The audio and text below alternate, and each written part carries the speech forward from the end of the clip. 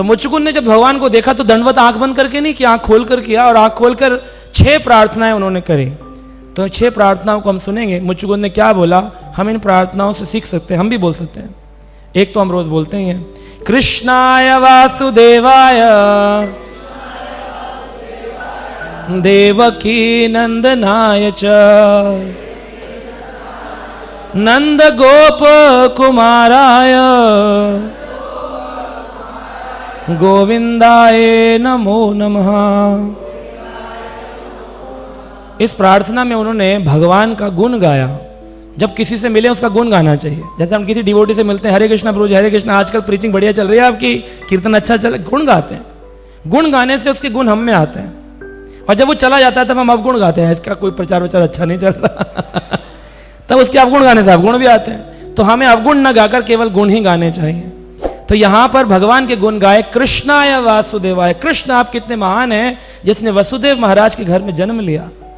देवकी नंदनाया चा, और उससे भी ज्यादा भाग्यशाली है देवकी, जिनके गर्भ में आप आए और देवताओं ने स्तुति करी। और उनसे भी ज्यादा भाग्यशाली हैं नंद गोप कुमार आया। गोप कुमार, एक गोप होते हैं बड़े और गोप कुमार, जैसे राजा का बेटा राजकुमार, गोप का बेटा गोप कुमार। तो नंद गोप कुमार आया। नंद बाबा के जो गोप मित्र थे, उनके जो बच्चे थे, वो उससे भी ज्यादा भाग्यशाली हैं, क्योंकि यहां पर कृष्ण ने उनके साथ झूठा खाया, भोजन थाली स्थली में भोजन लीलाएं करी। और उनसे भी ज्यादा भाग्यशाली हैं गोविंदाय नमो नमः, जो गोपियां हैं, जिनकी भगवान ने रासलीला में अपने प्रेम माधुरी का प्रस्तुतिकरण किया। तो नंद बाबा वासुदेव से ज्यादा भाग्यशाली देवकी, देवकी से भाग्यशाली नंद, और नंद गोप से ज्यादा भाग्यशाली गोपियां। दूसरा उन्होंने प्रार्थना करी और बोले, नमः पंकज नाभाय नमः पंकज मालिने नमः पंकज नेत्राय नमस्ते पंकज आंग्रे। आप कहेंगे ये स्तुतियां तो कुंती महारानी प्रेयर में भी आती हैं, तो लेकिन यहाँ पर श्री मुचुकुंद उवाच कहकर गर्ग मुनि ने बताया कि मुचुकुंद ने भी उन्हीं प्रार्थनाओं को दोहराया जो कुंती महारानी ने करी थी, कि भगवान की नाभि से ही सारा का सारा ब्रह्मांड देखें तो ब्रह्मा जी भगवान की नाभि से प्रकट हुए।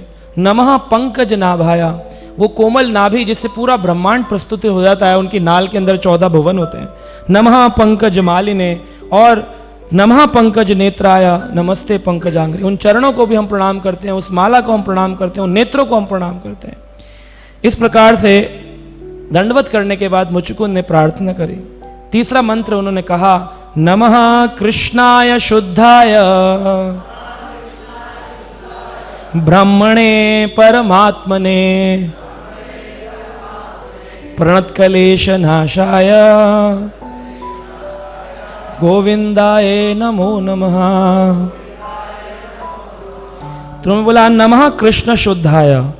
भगवान कृष्ण, आपका नाम इतना शक्तिशाली है कि किसी को भी वो शुद्ध कर सकता है। नमः कृष्ण शुद्धाय ब्राह्मणे परमात्मने, लेकिन आपकी स्पेशल कृपा होती है ब्राह्मणों पर, हे परमात्मा।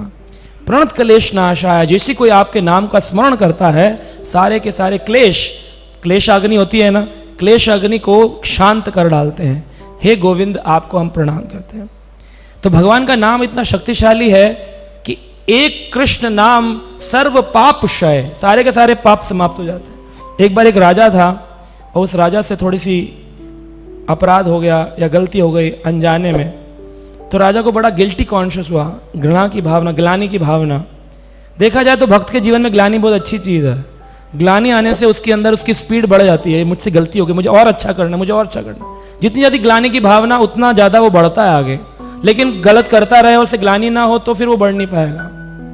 तो अगर कुछ गलत हुआ है तो उस पर गिल्टी कॉन्शियस होकर के, हाँ मुझे अब अच्छा करना, तो गिल्टी ना रखें, लेकिन अच्छा करने का प्रयास करें दोबारा सा।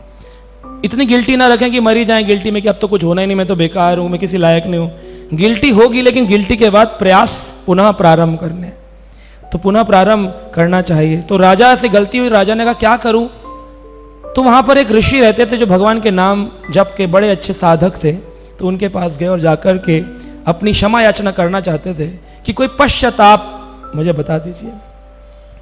तो जब पश्चाताप पूछने के लिए भगवान के भक्त के पास गए तो वो स्नान करने के लिए नदी पे गए थे, तो उनके पुत्र वहां पर विराजमान। तो पुत्र ने कहा कि अरे पिताजी तो है नहीं, आप एक काम करिए, 3 बार कृष्ण कृष्ण कृष्ण बोल लीजिए, आप शुद्ध हो जाएंगे। तो उन्होंने कहा ये तो बहुत अच्छा तरीका बता दिया आपने। कहा लेकिन नाम नाम नो ही बलदत से पाप बुद्धि, नाम के बल पर पाप मत करना राजा, दोबारा गलती से हो जाए तो नाम फल देगा, लेकिन नाम फल देगा ये सोच करके पाप मत करना। हाँ हाँ हाँ, प्रणाम करके आभूषण आदि दे करके चला गया। जब जा रहा था रास्ते में वो ऋषि मिल गए, बोले राजा आप मेरे कुटिया से आ रहे? कहाँ आया था, मुझसे एक पाप हुआ, उसकी पश्चाताप की मैं औषधि पूछ रहा था, तो आपके पुत्र ने कहा 3 बार कृष्ण कृष्ण कृष्ण कहने से पाप नाश हो जाएगा। मैं बड़ा आनंदित हूं, देखिए आपके पुत्र को भी नाम पर कितना विश्वास है। तो राजा से तो कुछ नहीं बोले, लेकिन उनके आंसू बहने लग गए, और आंसू बहते बहते वापस आए और पुत्र को कहते हैं ये अच्छा नहीं हुआ। कहा पिताजी मैंने क्या गलत कहा? क्या भगवान का नाम सभी पापों का क्षय नहीं कर देता है? कहा वो बात तो ठीक है, लेकिन मैं तुम्हें संस्कार नहीं दे पाया। कहा पिताजी आप ही के तो संस्कार हैं कि मैं आज कृष्ण नाम पर इतना विश्वास रखता हूं। कह रहा, ऋषि ने कहा तुम्हें इतना विश्वास नहीं है कि एक नाम ही सारे पाप क्षय कर सकता है, तुमने ये बोला कि 3 बार बोलना पड़ेगा, यानी कि भगवान के नाम को 2 बार और कष्ट देना पड़ेगा तब पाप क्षय होंगे। अरे नहीं बालक, एक कृष्ण नाम सर्व पाप क्षय, सारे पाप क्षय हो जाते। तो आप सोच सकते हैं कि हरि नाम, इसीलिए कह रहे हैं नाम कृष्णाय शुद्धाय ब्रह्मणे परमात्मने। आगे उन्होंने मुचकुंद ने कहा नमस्ते अनंत सहस्त्र मूर्ते सहस्त्र पदाक्षी शिरो भवे सहस्त्र नामने पुरुषाय शाश्वते सहस्त्र कोटि युग धारिणे नमः। भगवान का गुणगान गाने में भगवान की आनंद मूर्ति सहस्त्र, हर चीज सहस्त्र है, 1000 हाथ 1000 मुख, आंखें कितनी 2000, एक मुंह में दो आंखें होती हैं, तो 1000 हाथ 1000 मुख तो 2000 आंखें 2000 कान। तो उन्होंने कहा नमो अनंतः शस्त्र मूर्ते, हे प्रभु आपकी मूर्तियां सहस्त्र हैं, कभी राम मूर्ति कभी नरसिंह मूर्ति। रामादिषु मूर्तिषु कला नियम तिष्ठन नाना अवतार मकरंद भुवनेषु किंतु कृष्णस्तु भगवान परम पुमानयो गोविंदमादि पुरुषम तम हम भजामि। राम मूर्ति, अन्य अन्य मूर्तियां हैं। कई बार लोग बोलते हैं जी राम कृष्ण बराबर हैं, ये बराबर है वो बराबर है, सब बराबर हैं।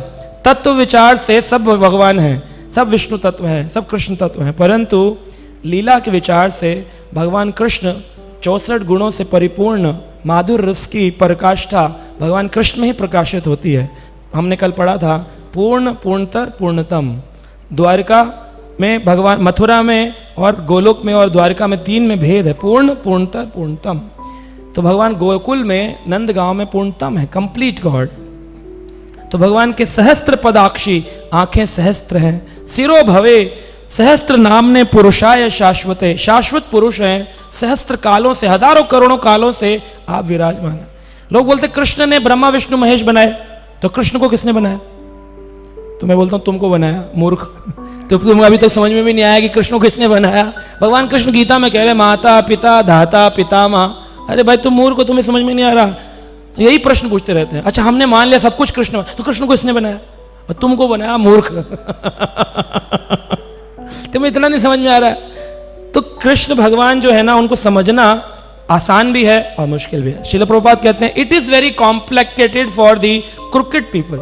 जो ज्यादा क्रुकेड होते हैं उनके लिए बड़ा कॉम्प्लिकेटेड विषय है, लेकिन it is very simple for the simple people. सादा जीवन, ऊंचा विचार रखें, सादा लोगों के लिए बड़ा सरल है। भगवान किसी भी बात पर रीझ जाते हैं। जटायु ने सीता माता की सेवा कर ली, कोई उसने ध्यान तपस्या नहीं करी, रीझ गए, आकर के गोदी में अंतिम संस्कार कर दिया। भगवान शबरी की उस भगवत वत्सलता पर रीझ गए, कितनी प्रेम करती है मुझसे, झूठे बेर खा लिए भगवान ने।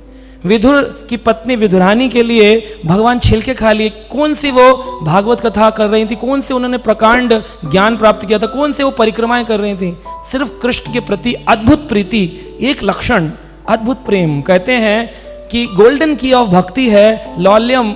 खाली अगर एक एंथुसियाज्म हो भगवान को पाने का, तो प्रीति अपने आप बढ़ने लगती है, हृदय के अंदर बढ़ने लगती है। अब मुझे पाना है, कृष्ण को मिलना है, वो आतुरता भगवान का प्रेम बढ़ाती है हमारे हृदय के अंदर। चैंटिंग भी करें तो इसलिए ना करें रिचुअलिस्टिकली कि करनी है, कथा भी करें तो इसलिए नहीं करें कि बस मुझे करनी है, मंदिर का दर्शन करें तो इसलिए नहीं कि मुझे करना है।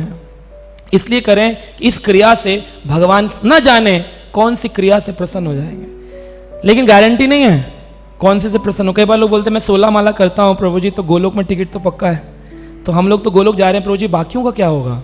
मैं कहा तुम जा रहे हो ये तुमको कैसे पता, कर हम 16 माला करते हैं, दीक्षा ले लिए ऐसी कोई गारंटी नहीं है।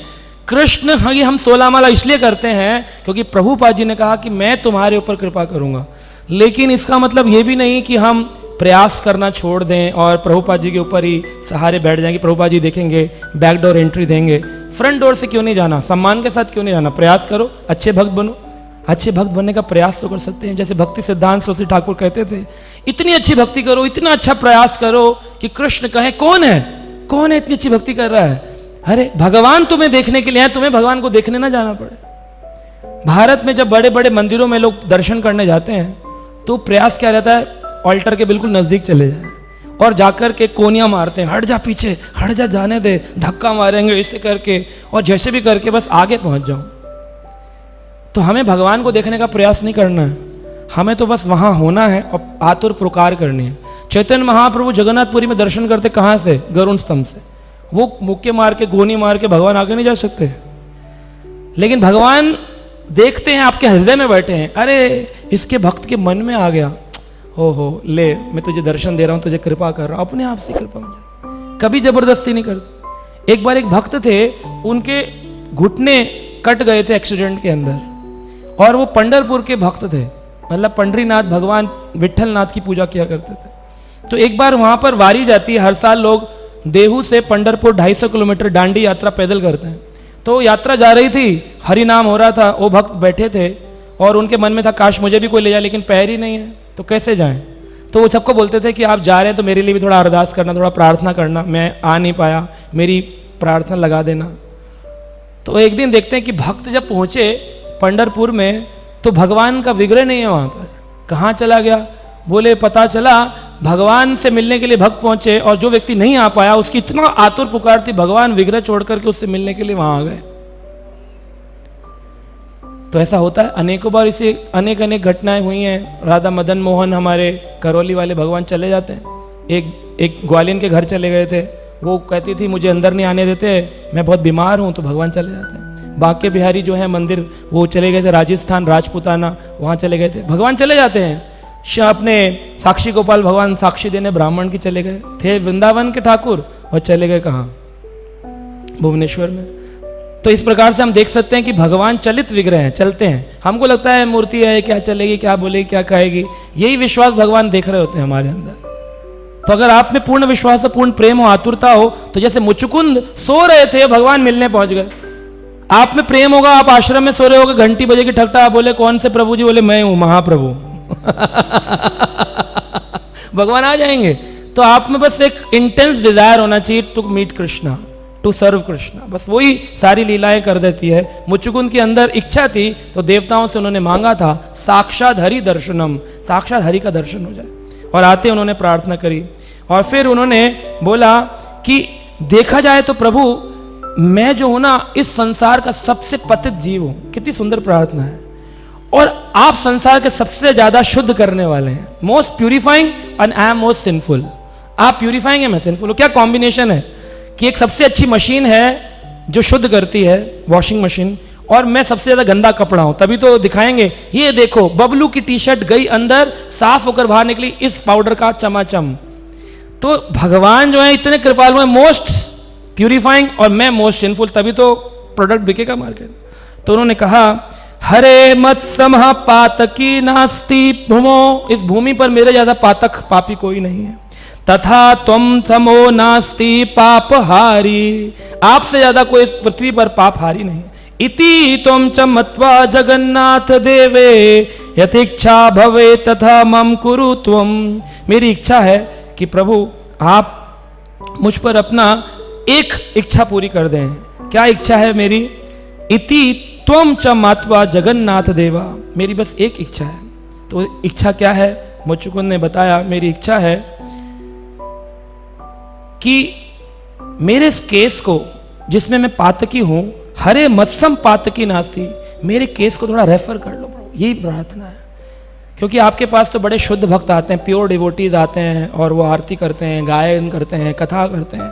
मैं पातकी हूँ, सोया पड़ा था मैं तो यहाँ पर। वो अच्छा हुआ वो मलेच्छ ने लात मारी तो मैं उठ गया, वरना मैं तो सोया पड़ा था अपने निद्रा में, और आपके साक्षात दर्शन हो गए।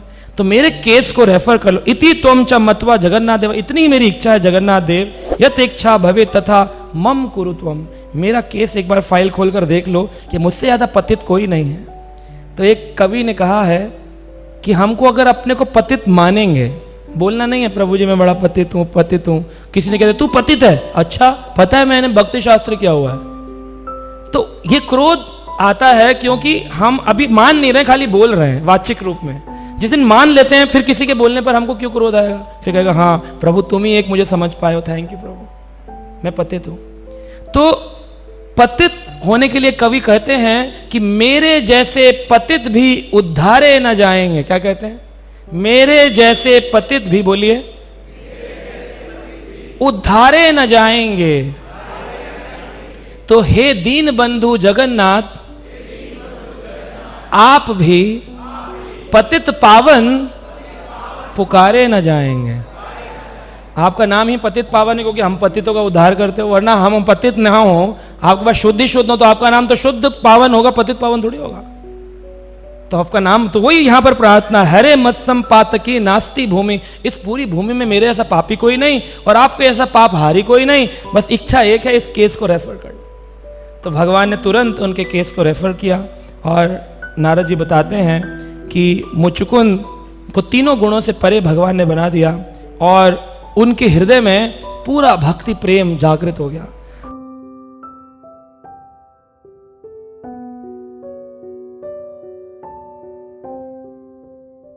Subscribe now and press the bell icon. Never miss an update.